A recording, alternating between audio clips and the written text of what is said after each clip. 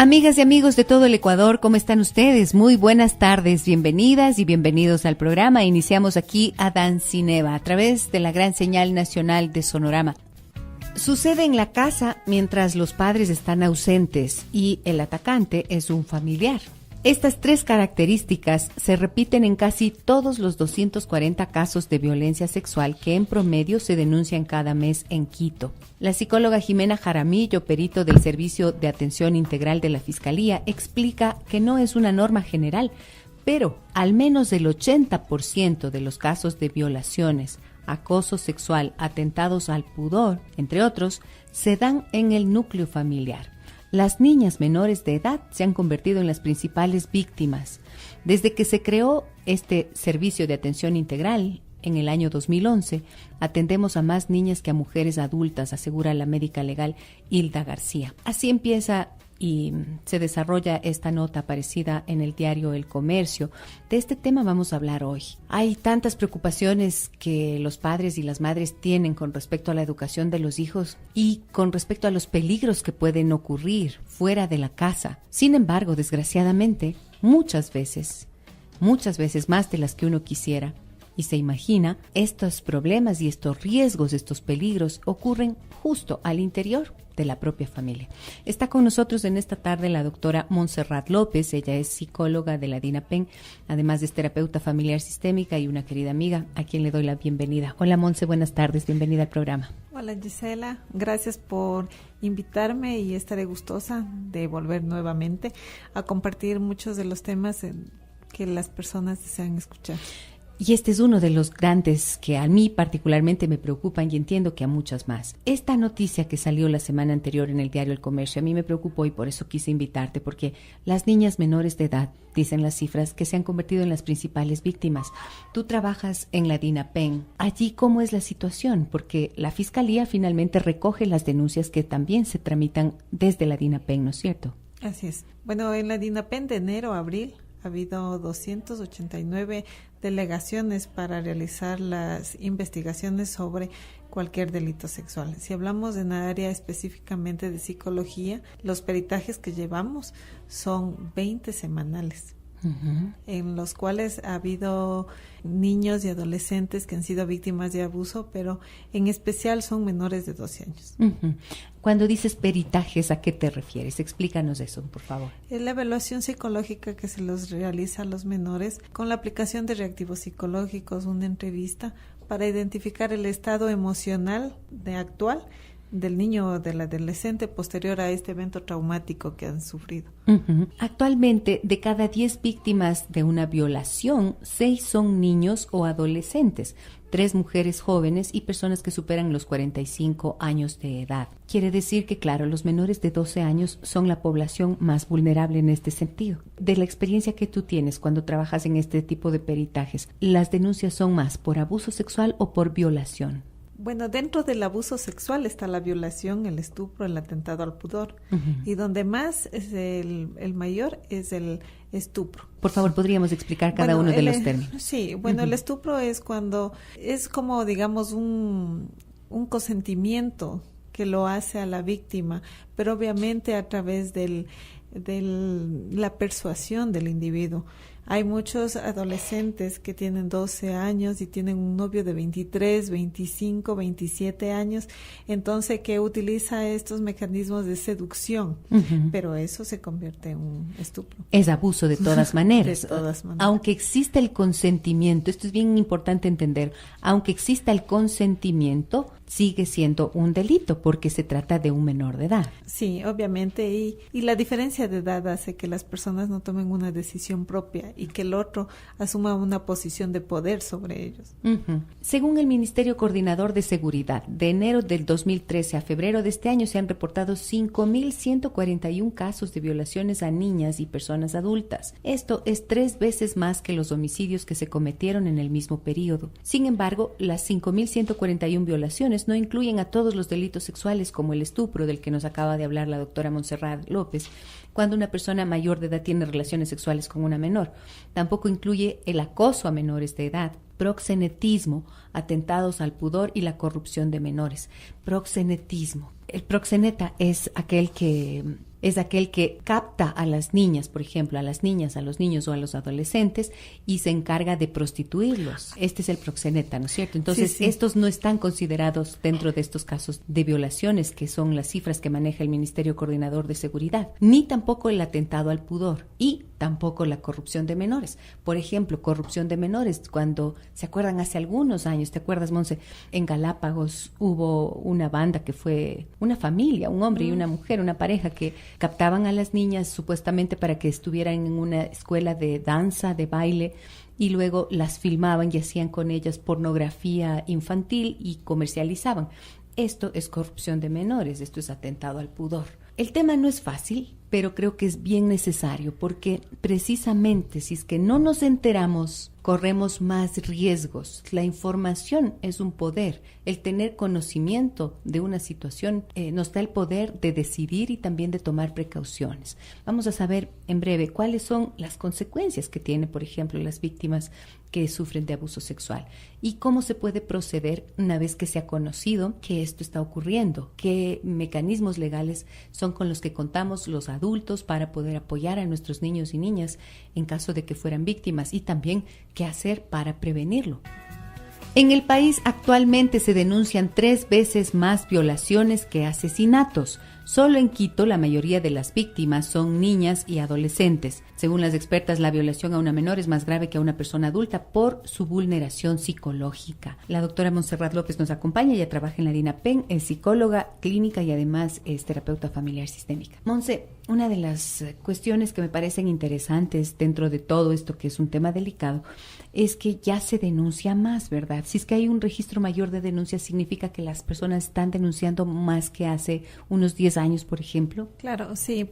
Ahora porque la ley protege a la víctima y porque esta información ha sido difundida a todo nivel. Uh-huh. Por ejemplo, ¿cómo protege la ley a la víctima? Retirándole del entorno donde se produce el abuso, uh-huh. porque luego de las investigaciones que se realicen y se ha determinado, entonces la víctima, si no existe familiares ascendentes o descendentes que sean favorables para el desarrollo emocional del menor, entonces se le retira a un centro donde pueda estar estable, uh-huh. hasta encontrar una familia que pueda apoyarle. Ok, ¿qué ocurre? ¿Cómo empieza? Quisiera que expliques todo el proceso, porque cuando un niño o una niña están viviendo abuso sexual, van a dar signos, ¿no es cierto? Vamos a tener indicadores en su comportamiento. ¿Qué es lo que tendríamos que observar? Hay un cambio de comportamiento habitual, los niños o adolescentes, los niños, especialmente en niños, no quieren irse a un lugar específico.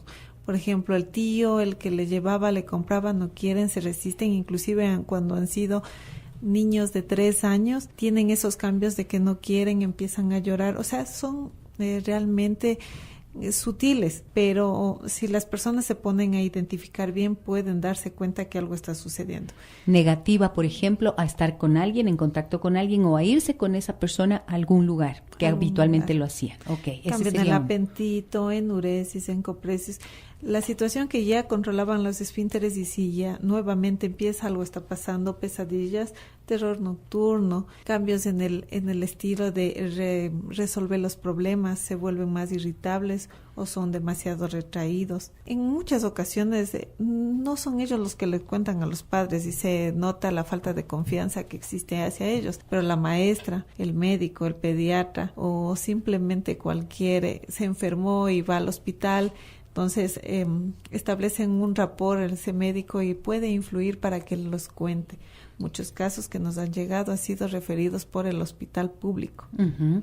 Es decir, si es que el niño o la niña logran encontrar una persona en la que pueden tener confianza, se pueden abrir realmente y empezar a hablar por primera vez, aunque no lo hayan hecho antes con nadie. Así es, uh-huh. O también a través de las capacitaciones que realiza la DINAPEN en los centros educativos.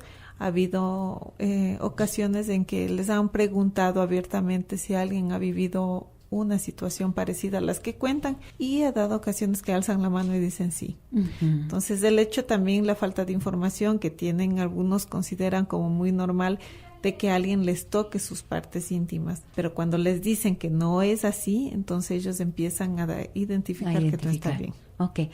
Cuando se trata entonces de que los niños puedan identificar qué es lo que papá, mamá deberían decir como una frase de prevención en este sentido? Lo que se le diría es: nadie toca tu cuerpo.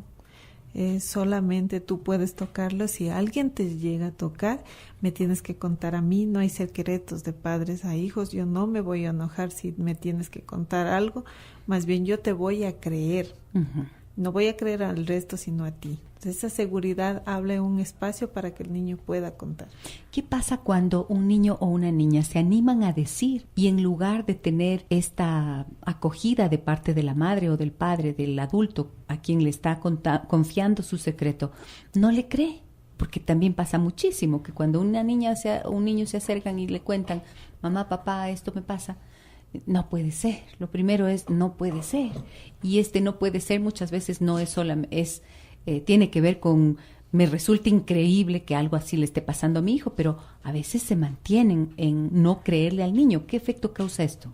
Bueno, causa un efecto muy grande. En ocasiones en las pericias que hemos tenido nos dicen: no me duele lo que él me hizo, me duele que mi mamá no me crea. Eso duele más. Eso duele más. Es el dolor invisible que le llaman, que es un dolor que hace que las personas, en vez de poder hablar, se bloqueen y se enganchen en una etapa anterior a su vida, a su ciclo de desarrollo normal. Uh-huh. Ahora, muchas veces la mamá dice: no puedo creer, es que él es de confianza, no es mi mejor amigo.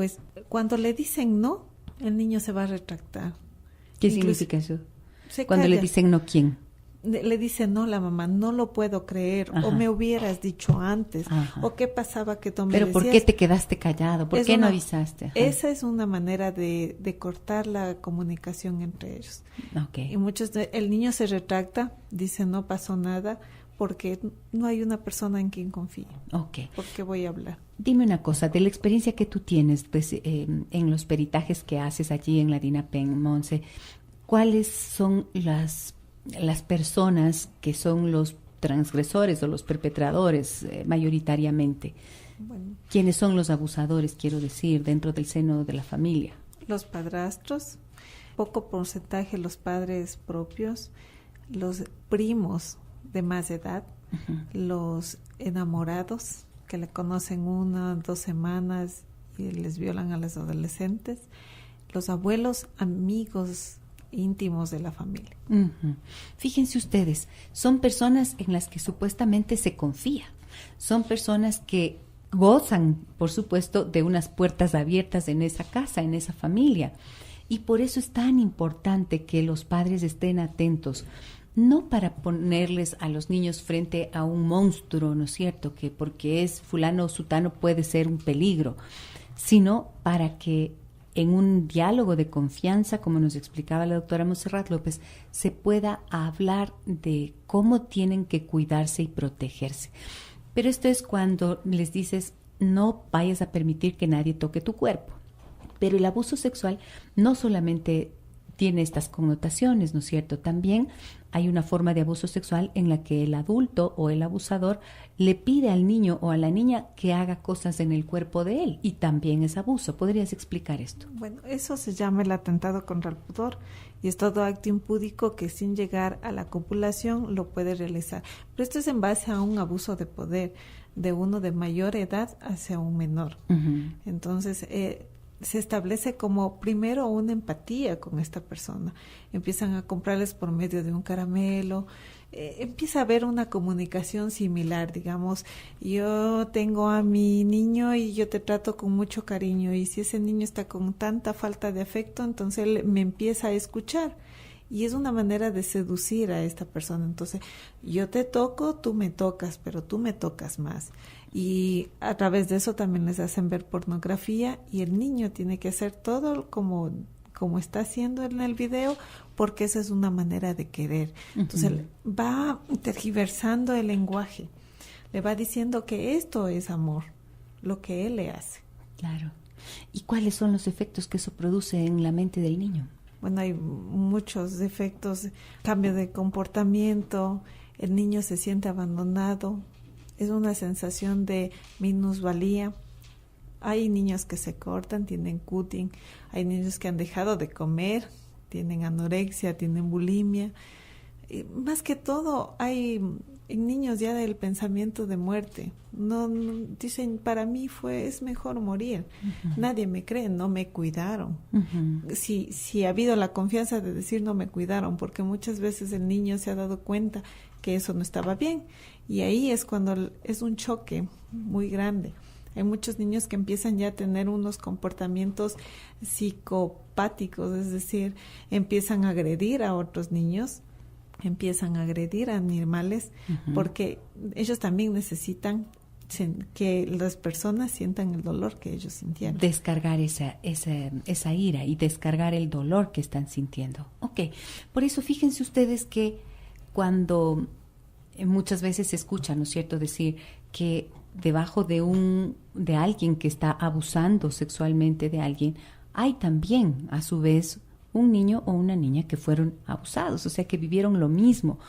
Esto no significa que todas las personas que viven abuso sexual en la infancia van a convertirse más adelante en personas que abusan de otros de la misma forma, pero sí es bien importante tener en claro esto, que las repercusiones son muy graves. Recuerdo a uno de los autores, John Bradshaw, si tú te acuerdas, Monse, que él decía que esta es una especie de asesinato psicológico lo que vive la persona que vive de abuso sexual. El niño, la niña, experimentan una especie de muerte de su psiquis, de su mundo interior. Por lo tanto, hay que tomarlo tan en serio y tratarlo con tanta prudencia y con tanta delicadeza. Le voy a preguntar a la doctora Montserrat López, ¿cómo proceder para que no ocurra algo que se llama la revictimización? ¿Cómo hacer para que el niño o la niña sean tratados adecuadamente y reciban la atención necesaria?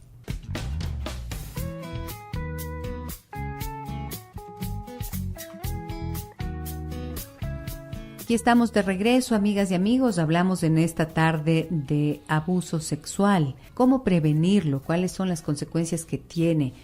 Es preocupante que en nuestro país exista cada vez más denuncias. Preocupante en el sentido de que esto pone de manifiesto o pone en evidencia que el problema existe y tiene grandes proporciones. Del otro lado, también es un alivio saber que cada vez más personas denuncian cuando descubren que existe esta situación, cuando le dan crédito al niño o a la niña que les cuenta o al adolescente que dice estoy viviendo abuso. Pero este suele ser una de las piedras de tope, ¿verdad, Monse? La denuncia. Qué difícil es que las personas denuncien.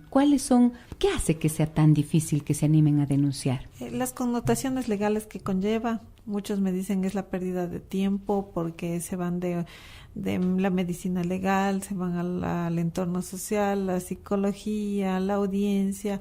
Entonces sí denota tiempo. Sin embargo, una manera de sugerir a las personas es que parte del proceso de sanación es establecer una denuncia. Es un alto, es un pare, no solo para la víctima, sino también para las tantas víctimas que se encuentran alrededor de la persona que realizó este tipo de abuso, ¿no? Ok, ahora, ¿cuáles son los casos más complicados que tú has tenido que ver? ¿Qué ocurre, por ejemplo, cuando el abuso está sucediendo en la casa y es, no sé, el papá? Sí. El papá es el abusador de la niña. Entonces, ahí y la madre se entera. ¿Qué pasa ahí? La madre se vuelve a veces resistente a creer. No puede ser posible que esto le haga a mi hija. Si él es tan bueno conmigo y nos da razón que le da muchas atenciones a la niña, le cuesta creer. Otra manera de establecer, digamos que es un proceso difícil, es cuando la madre se entera que el hijo mayor abusaba de la hija menor. Entonces le cuesta, dice, los dos son mis hijos, ¿qué hacer? Pero la niña abusada, la víctima, siente que tiene que denunciar a la mamá. Esto es muy interesante, ¿no? Cuando uno les pregunta a las víctimas de abuso, ¿qué quisieras que pase, no? Te dicen, quisiera que se vaya a la cárcel. Sí, yo siempre les pregunto, ¿qué es lo que tú quisieras que suceda con esto? Entonces me dicen, yo quiero que se acabe, yo quiero que a él le encierren, le pongan 1,000,000 de años en la cárcel, que él viva lo que yo viví. Entonces, y está bien, es una forma de que saque su ira contenida, de que alguien le dé escucha de que sí es verdad, lo que sucedió estaba mal. Claro. que necesita que él esté adentro, que esté retenido. Ahora, esto cuando son adultos, pero ¿y qué pasa cuando son adolescentes, por ejemplo, los que han sido los perpetradores del abuso?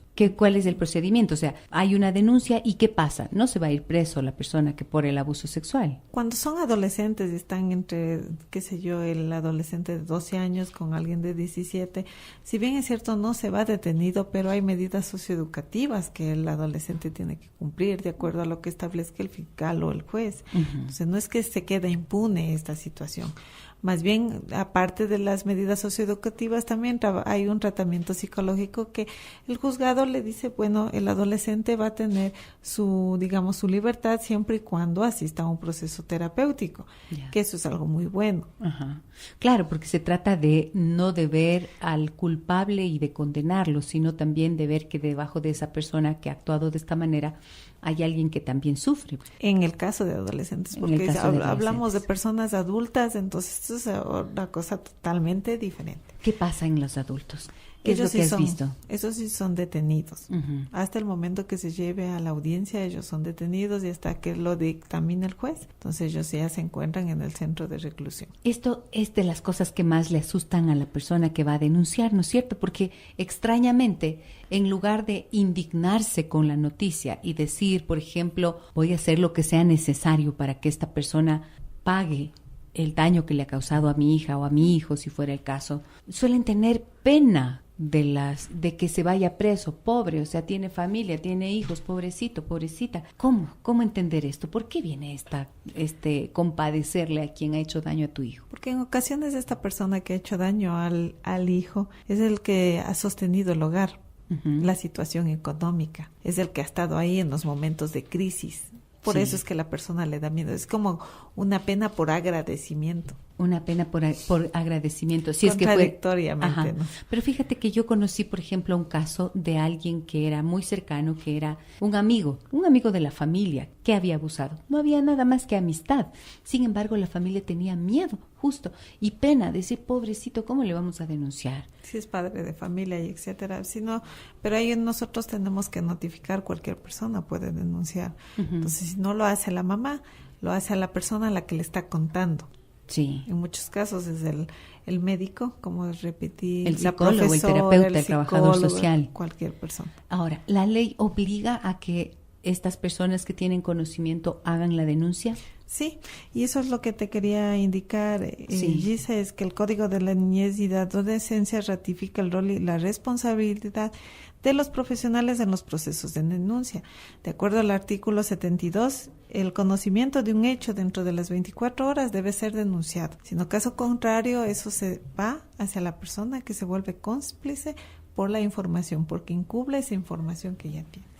Dentro de las 24 horas inmediatas. Sí, inmediatas. Y también existe el protección a los casos de maltrato, ¿no? Entonces, no tengan miedo de denunciar. A veces ellos tienen por las represalias legales, no. Si las personas que denuncian conocen de un hecho, no tiene por qué temer de que la ley vaya contra ellos. Jamás. Más bien, si se calla, hay una reclusión una prisión de 1 año.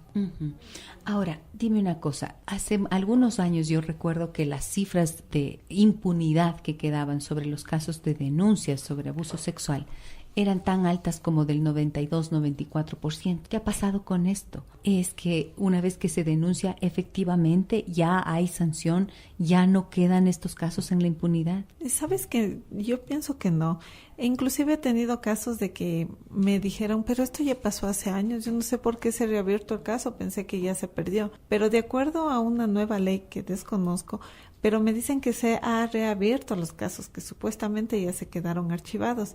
Entonces sí han venido denuncias de años anteriores. Entonces me da a entender de que sí está habiendo una sanción, de que no se quede en la impunidad. Alguna vez me preguntaba a alguien, decía, ¿y es posible realmente que a través del peritaje que se hace se pueda determinar si lo que está diciendo el niño o la niña es verdad, si el adolescente está diciendo la verdad? ¿Cómo pueden los psicólogos, me decían, saber eso? ¿O es probable que por ejemplo, si es que el niño miente, se pueda también descubrir? Bueno, si se descubre por la contradicción de la versión, nosotros como psicólogos no nos basamos exclusivamente en la versión del niño, más bien en los reactivos psicológicos proyectivos que se da. La figura de la casa, de la familia. Las herramientas que utilizan en la terapia. Son cosas, son aspectos inconscientes que el niño lo hace. Por ejemplo, de un caso que te cuento sencillamente, él dibujó a toda la familia, menos a la persona que le abusó. Una persona que no se encuentra en el autorretrato, ¿qué significa? Tengo odio, no quiero ver, le bloqueo. Y a través de otras preguntas que no son quién te abusó, dónde te abusó, qué te hizo, no, son otras preguntas los niños dicen. Correcto, y entonces la premisa siempre fundamental es que tenemos que no solamente creer al niño como una obligación, sino conscientes de que es muy difícil, si no imposible, que un niño o una niña quieran pasar por una situación así, mintiendo sobre eso. Aunque ha habido casos en que por el síndrome de alienación parental entre los dos padres dicen, no, es que él abusó, pero obviamente eso es diferente porque uno en la entrevista se puede determinar eso. Uh-huh. El síndrome de alienación parental es cuando el niño está en la mitad del conflicto que los padres no han logrado resolver aún después de haberse divorciado. Y claro, ahí se pueden ver horrores, pero este no es el caso que nos ocupa. Me dicen acá en Facebook, Irina Cerda, dice, Gisela, es la pérdida de valores morales lo que está causando este síndrome de violencia. Las personas estamos perdiendo el sentido del respeto por los seres humanos que conviven con nosotros, que están en nuestro entorno. Pues, Irina, sí, es verdad, pero hay que saber que esto no es nuevo, Montserrat. Desde 1937 ya se producían, ya habían casos a nivel del Ecuador y a nivel de otros países. Esto no es nuevo. Claro, y además esto es parte de todo lo que ha existido a lo largo de la historia de la humanidad. Acuérdense, el punto acá es saber que el cuerpo de la mujer, el cuerpo de la niña, del niño, de la adolescente, es visto como una cosa, como un objeto, y no existen los límites internos en la persona que abusa por desconocimiento, por falta de educación, porque precisamente no ha habido una formación en este sentido, ¿no es cierto?, que le diga hasta dónde, cuándo, hasta dónde puede llegar, qué hacer y qué no hacer, cómo no causarse daño, cómo no permitir que le causen daño, pero también cómo no causarle daño al otro. Y en este sentido es en donde tenemos que nosotros educar conscientemente como adultos a nuestros niños, niñas y adolescentes. ¿Alguna recomendación final que tú quisieras hacer, Monse, a las personas que nos escuchan para cerrar el tema? Cualquier persona puede denunciar. Es necesario que crean la versión de un niño o de un niño adolescente. No crearían esto como producto de su fantasía. Uh-huh. No les dejen a los niños con adolescentes que no corresponden a la edad del niño. Uh-huh. ¿Sí? Otra cosa, en las reuniones familiares los niños no deberían estar porque es donde más se produce este tipo de abuso. Cuando los padres están adentro y los niños les dejan solos en los cuartos o van a los patios y desconocen dónde se encuentran sus hijos. Ok, es decir, tengan responsabilidad porque somos nosotros los responsables de esto. Y algún momento sí me gustaría ampliar el tema sobre lo que es el estupro, porque muchas veces las niñas, incluso cuando son adolescentes ya mayores, 16, 17 años, tienen relaciones con personas mayores que ellas, con una gran diferencia de edad y claro, como decía Montserrat, son seducidas, entran en este juego sexual, terminan aceptando la relación sexual, pero sigue siendo abuso.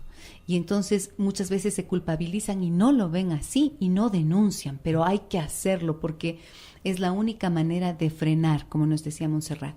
Denuncien, si saben, en 24 horas, si es que tienen conocimiento, en 24 horas tendrían ya que presentar la denuncia a la persona que tuvo la primera versión. Sin embargo, si ha pasado algunos años, no importa, esto no caduca, esto no tiene fin. Puede denunciar aunque haya sido hace 100 años. Hace 50 ya, 30, 20 o 10, 5, no importa.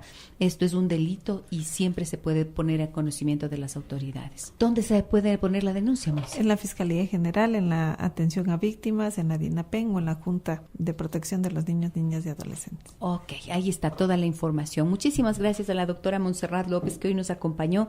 Espero que esta información les sea de utilidad, amigas y amigos. Siempre, por favor, tengan conciencia. Mientras más sensibles seamos a este tipo de situaciones, más conscientes también podemos estar y ser para actuar a favor de la protección de nuestros niños, niñas y adolescentes. Que tengan ustedes una muy buena tarde. Mañana a partir de las 15:05 los espero nuevamente en Adán Cineva. Soy Gisela Echeverría. Hasta mañana.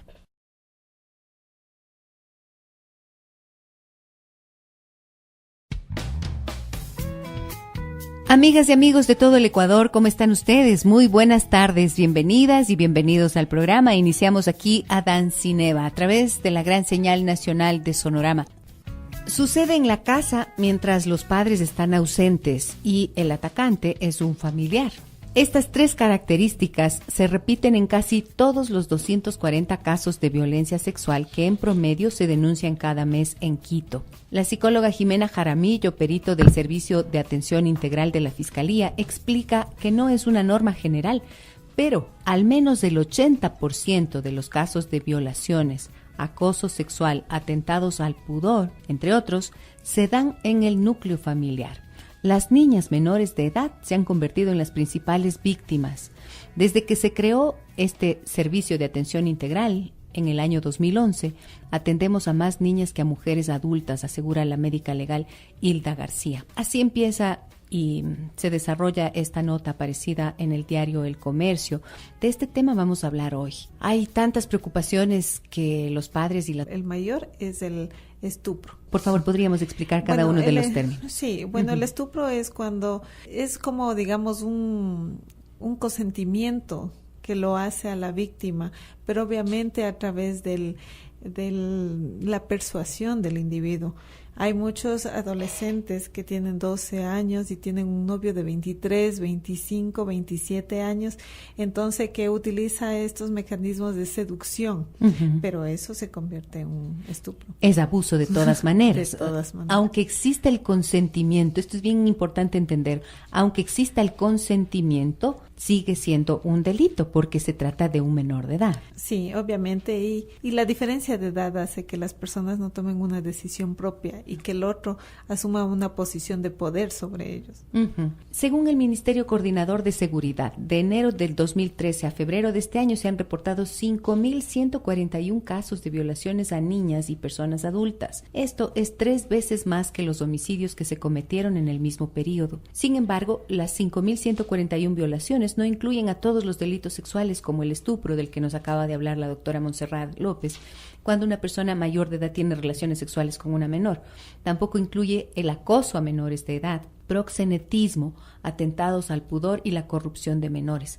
Proxenetismo. El proxeneta es aquel que capta a las niñas, por ejemplo, a las niñas, a los niños o a los adolescentes y se encarga de prostituirlos. Este es el proxeneta, ¿no es cierto? Entonces, sí. Estos no están considerados dentro de estos casos de violaciones, que son las cifras que maneja el Ministerio Coordinador de Seguridad, ni tampoco el atentado al pudor y tampoco la corrupción de menores. Por ejemplo, corrupción de menores, cuando, ¿se acuerdan? Hace algunos años, ¿te acuerdas, Monse? En Galápagos hubo una banda que fue una familia, un hombre y una mujer, una pareja que captaban a las niñas supuestamente para que estuvieran en una escuela de danza, de baile, y luego las filmaban y hacían con ellas pornografía infantil y comercializaban. Esto es corrupción de menores, esto es atentado al pudor. El tema no es fácil, pero creo que es bien necesario porque precisamente si es que no nos enteramos, corremos más riesgos. Las madres tienen con respecto a la educación de los hijos y con respecto a los peligros que pueden ocurrir fuera de la casa. Sin embargo, desgraciadamente, muchas veces más de las que uno quisiera y se imagina, estos problemas y estos riesgos, estos peligros ocurren justo al interior de la propia familia. Está con nosotros en esta tarde la doctora Montserrat López. Ella es psicóloga de la DINAPEN, además es terapeuta familiar sistémica y una querida amiga a quien le doy la bienvenida. Hola Montse, buenas tardes, bienvenida al programa. Hola Gisela, gracias por invitarme y estaré gustosa de volver nuevamente a compartir muchos de los temas que las personas desean escuchar. Y este es uno de los grandes que a mí particularmente me preocupan y entiendo que a muchas más. Esta noticia que salió la semana anterior en el diario El Comercio a mí me preocupó y por eso quise invitarte, porque las niñas menores de edad, dicen las cifras, que se han convertido en las principales víctimas. Tú trabajas en la DINAPEN. Allí, ¿cómo es la situación? Porque la Fiscalía finalmente recoge las denuncias que también se tramitan desde la DINAPEN, ¿no es cierto? Así es. Bueno, en la DINAPEN de enero a abril ha habido 289 delegaciones para realizar las investigaciones sobre cualquier delito sexual. Si hablamos en área específicamente de psicología, los peritajes que llevamos son 20 semanales. en los cuales ha habido niños y adolescentes que han sido víctimas de abuso, pero en especial son menores de 12 años. Cuando dices peritajes, ¿a qué te refieres? Explícanos eso, por favor. Es la evaluación psicológica que se los realiza a los menores con la aplicación de reactivos psicológicos, una entrevista para identificar el estado emocional actual del niño o del adolescente posterior a este evento traumático que han sufrido. Actualmente, de cada 10 víctimas de una violación, 6 son niños o adolescentes, 3 mujeres jóvenes y personas que superan los 45 años de edad. Quiere decir que, claro, los menores de 12 años son la población más vulnerable en este sentido. De la experiencia que tú tienes cuando trabajas en este tipo de peritajes, ¿las denuncias son más por abuso sexual o por violación? Bueno, dentro del abuso sexual está la violación, el estupro, el atentado al pudor. Y donde más